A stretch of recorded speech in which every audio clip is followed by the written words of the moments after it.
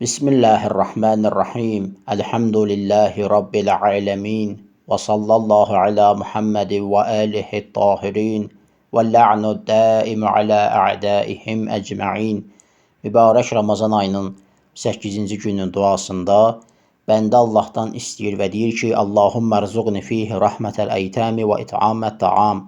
Deyir ki, ilahi, bu gündə və yaxud mübarək Ramazan ayında mənə yetimlərə rəhm etməyi və it'am etməyi, təam verməyi nəsib elə, ruzi elə. Biz bu mübarək cümlələri oxuyanda yadımıza bir anlıq İmam Əli əleyhissalam, Əhlülbeyt əleyhissalam düşür, hansı ki, onlar da oruc tutduqları halda öz iftarlarını 3 gün ardıcıl olaraq miskinə, yetimə və əsirə veriblər və özləri ac qalıblar. Bu hadisə bilirsiniz, İnsan surəsinin ilk ayələri və xüsusilə 8-ci ayədə Allah Azze və Cəllə buyurur: Əuzu billahi minəşşeytanirracim. Bismillahirrahmanirrahim. Və yut'imuna ta'ama ala hubbihi miskinan və yetiman və əsira.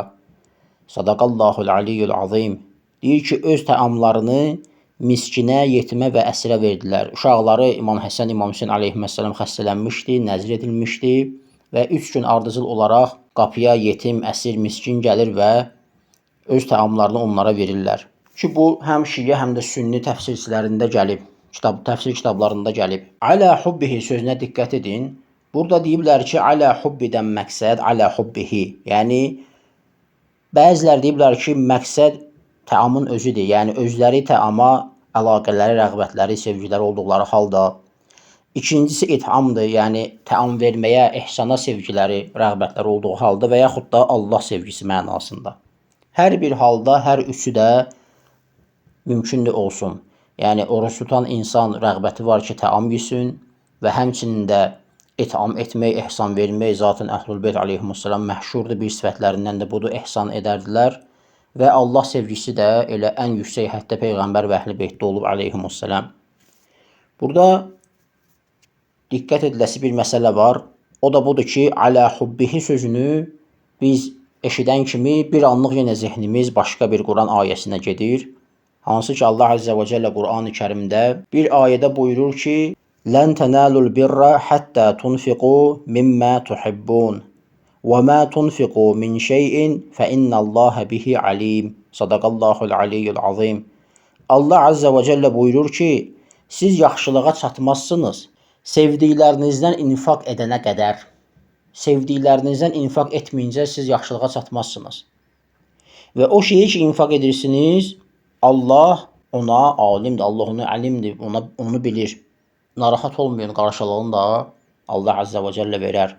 Baxın, burada da deyilir ki, mimmə tuhibbunə, o şeydən ki, sevirsiniz, sevdiklərinizdən. Orada nə deyir? Alə hubbihi.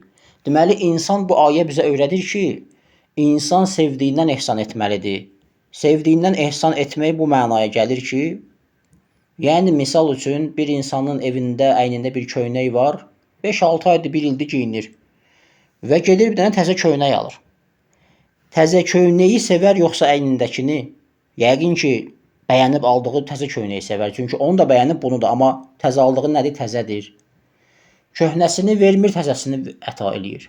Düzdür, köhnəsini də versə ehsandır, amma daha yaxşı olar nə etsin? Təzəsini versin. Əhlülbeyt əleyhissalam bu cür olublar. Bu cür öyrədiblər bizə. Deməli, öz sevdiyindən, bu əlbəttə təkcə paltardan, hədiyyədən getmir ha söhbət burada. Hətta və hətta ola bilər ki, sən gəlmirsən məsciddə, yaxşı bir yerdə oturmusan və yaxud avtobusda gedirsən, yaxşı bir yerdə oturmusan, 20 dəqiqə yol gedirsən, bir nəfər ayaq üstədir, 5 nəfər ayaq üstədir. Öz sevdiyin o yer ki var, rahatlıq sevirsən, oturmusan orada, onu qalxırsan bir miqdarını, o getdiyin yolu bir miqdar getmirsən, qalanını başqasına deyirsən, gəlib əyləşsin.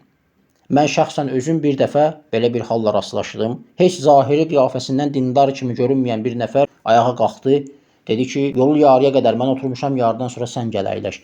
Heç düşmürdü avtobusdan. Və bilərəkdən bunu dedi. Bəlkə bilərəkdən dedi ki, mənə ibrət olsun və mən də bunu başqa vaxtı mən də bunu icra edim. Yəni məqsədi təkcə mənə yer vermək deyildi. Həm də bu idi ki, mənə desin ki, bax belə etmək lazımdır. Cəmiyyətdə bunu yaymaq lazımdır. Avtobusda hamısının haqqıdır. Nə olsun ki, sən məndən qabaq oturmusan, mən sonrakı dayanacaqda minmişəm. Bir miqdar yol gedəndən sonra sən eləyə bilərsən, qalxasan başqasına yer verəsən. Və yaxud məsciddə soyuqdur, isti yerdə özün üçün yer ayırmısan, bir miqdarını dur başqası əyləşsin. Soyuqda oturmusan kondisionerin altında, sərində, nə olsun ki, biraz oturmusan, qalx başqa mömin qardaşın gəlib əyləşsin. Sevdiyindən, rahatçılığından infaq elə ver, başqası da gəlsin, əyləşsin və istifadə eləsin. Bu cəmiyyətdə insanların bir-birinə məhəbbət yaratmasına səbəb olur. Bir-birinə məhəbbətin yaranmasına səbəb olur. Biz Şəbaniyyə xütbəsində baxanda görürük ki, Peyğəmbər sallallahu aleyhi və aleyh xüsusilə buyurur yetimlər barədə. وَتَصَدَّقُوا عَلَى فُقَرَائِكُمْ وَمَسَاكِنِكُمْ Deyir, fəqirlərinizə və miskinlərinizə sədəqə verin. Bəzi məsələləri də qeyd edəndən sonra buyurur ki, وَتَحَنَّنُوا عَلَى أَيْتَامِ النَّاسِ يُتَحَنَّنْ عَلَى أَيْتَامِكُمْ Deyir ki, insanların yetimlərinə rəhm edin ki, sizin də yetimlərinizə rəhm edilsin. Alə əytəmin nəs, insanların yetimləri. Necə ki, duada da buyurulur.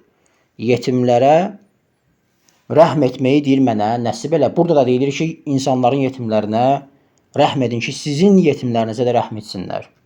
Duanın bir yerində isə belə buyurulur ki, həmin 8-ci günün duasında, salamı yaymağı mənə ruz elə və deyir, söhbətəl kirəmi, kəramətli, mömin, əxlaqlı, imanlı insanlarla söhbət, oturub durmaq, müaşərət, oturub durmağı deyir mənə nəsib elə. Çox mühüm bir məqamdır həqiqətən də. İmam Ali əleyhissalam Nəhcül Bələğədə 31-ci hikmətdə, 31-ci namədə bir yerində buyurur ki, Qərin əhləl xayri təkun minhum və bəyin əhləl şərri təbin anhum. İmam buyurur ki, xeyir əhli ilə müaşirət elə, oturdur ki, sən də deyir onlardan olasan, xeyir əhlindən olasan. Sənə də o xeyir sirayət eləsin. Və şər əhli ilə oturub durma ki, onlardan uzaqlaş ki, sən də onlardan olmayasan, onlardan həmişə ayrı olasan. Fikir verin, bəzən çox eşidirik. Deyirlər ki, insan ata-ana övladını evdə tərbiyə verir və ondan sonra övlad böyüyür, artıq evlənir və yaxud artıq özü bilər, ata-ana onun üzərinə düşmür və maraqlanmır. Bu yanlışdır əslində. Ata-ana, Allah ömürlərini uzun eləsin, nə qədər ki var, övladlarını nəsihət eləməlidir. Uşaqlıqdan tərbiyə verib bundan kifayətlənməməlidir. Həm də hər zaman maraqlanmalıdır. Kimlə oturur durur, nə edir, kimlərlə məsələn dostluq edir və bu kimi şeyləri maraqlanmalıdır. Özünün əlbəttə uşaqlığında, cavanlığında nəsihəti olmalıdır övladına. Necə ki, Loğman surəsində Həzrəti Loğman aleyhissalam 17-ci, 18, 19-cu aylara baxsanız Loğman surəsinin. Orada görərsən Loğman oğluna nəsihət edir. Yə bunəyyə əqimis salətə və'mur bil ma'rufi. Ey oğlum, namaz qıl və yaxşılığa dəvət elə. Vənhə anil munkar və pisliklərdən çəkindir. Sənə üz gətirən məsələlərə səbr elə. İnsanların təkəbbürlüklə üz çevirmə, lovğa-lovğa gəzmə. Allah heç bir özündən razını, lovğanı sevməz. Və yaxud deyir, gezəndə orta həddi qoru, danışanda səsini qaldırma və başlayır övladını tərbiyə etməyə. Niyə görə biz deyirik ki, hər zaman bu tərbiyəni, bu nəsihəti etməlidir? Ən azından əmr bi məruf babından.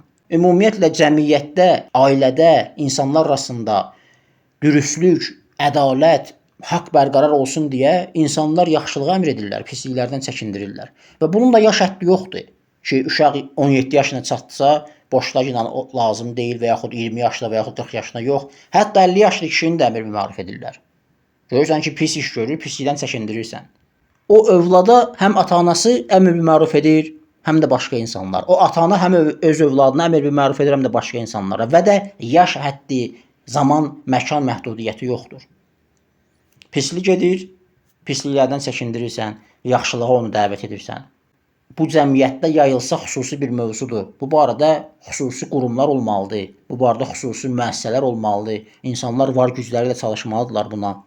Elə bir məsələdir ki, cəmiyyətdə haqq ədaləti bərqərar edir. Hətta dövlət səviyyəsində bu işlə məşğul olmaq lazımdır. Rəsmi şəkildə məmurlar olmalıdır, bu iş üçün pullar ayrılmalıdır, təbliğat vasitələri və s. Baxın, Allah Azza və Cəllə Quran-ı Kərimdə Ali-İmran surəsi 104-cü ayədə buyurur ki: "Vəl-tekun minkum ummetun." Aranızda bir ümmət olsun, içinizdə bir ümmət olsun. Necə bir ümmət? Yəd'una iləl xayri və ya'muruna bil ma'rufi və yenhauna anil munkari. Elə bir ümmət ki, xeyrə çağırırlar, yaxşılığa əmr edirlər və pisliklərdən çəkindirirlər. Bu insanların nəticəsi nədir? Deyir: "Və ulaikə humul muflihun." Bunlar nicat tapan şəxslərdirlər. Bu olmasa cəmiyyətdə əmr bil məruf, insan oruc da tutmayacaq, namaz da qılmayacaq, pis işlər baş alıb gedəcək. Görürsən, məsələn, mübarək Ramazan ayıdır, günorta vaxtı bir nəfər dönər satır. Gedirsən, yaxınlaşırsan, izah eləməyə çalışırsan ki, məsələn, olmaz, heç olmasa ayın hörmətini saxla, özün tutmursansa, iftara yaxın aç məsələn, insanların günah etməsinə kömək etmə. Deyir ki, biz İslam dövlətiyik məgər. Gedin Saudiyada yaşayın, nəbim, gedin İranda yaşayın. Bunun İslam dövləti olmağına nə dəxli var ki? İslam dövlətində deyiliksə, o deməkdir ki, biz insanlara günah etməsinə kömək etməliyik. Özün ən azından müsəlmansan və bilirsən ki, bu ay Allahın oruc ayıdır. Hamısı da orucluq olduğunu bilir. Vəhabisi də, şiəsi də, sünnisi də hamısı bilir ki, bəli, orucluq vacibdir. Bütün ümmətin ittifaq etdiyi məsələdir. Sən də müsəlmansan, heç olmasa bu ayda Allahın ehtiramını qoru, bu ayın ehtiramını qoru.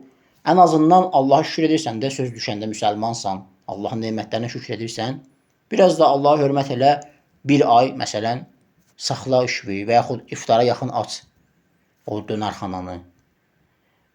Bu da bir əmr bil mərufdur, insanlara deyəsən, küçədə su içir məsələn insanların qabağında, isticir hacədə xüsusilə, başa salasan onlara bir münasib dillə ki, olmaz. Heç olmasa tutmursan, insanların qabağında bu işləri görmə. 9-cu günün duasında deyirik ki, Allahummə ec'al li fihi nasibən min rahmətikəl vasi'ə. Allahummə ec'al li fihi nasibən min rahmətikəl vasi'ə. İlahi, bu gündə, bu ayda mənim üçün öz geniş rəhmətindən bir pay nəsib ayır, qərar ver. Vəhdini fihi liberahinikə səti'ə. Bu gündə, bu ayda məni öz parlaq, işıqlı, açıq, aşkar bürhanlarınla, dəlillərinlə hidayət elə, düz yola yönləndir. وَخُذْ بِنَاسِيَةِ إِلَى مَرْضَاتِكَ الْجَامِعَةِ. Özünün geniş, əhatəli rizayətivə məni yönəld. بِمَحَبَّتِكَ يَا أَمَدَ الْمُشْتَاقِينَ. Ey müştaqların arzusu, öz məhəbbətivə xatir. Allah Azza və Cəllə bizi hidayət əhlindən qərar versin, öz rəhmətində qərar versin, özünün razılıq etdiyi bəndələrindən qərar versin. İlahə əmin. Vəlhamdülillahi Rabbil aləmin. Və sallallahu alə Muhammedin və alihi tahirin.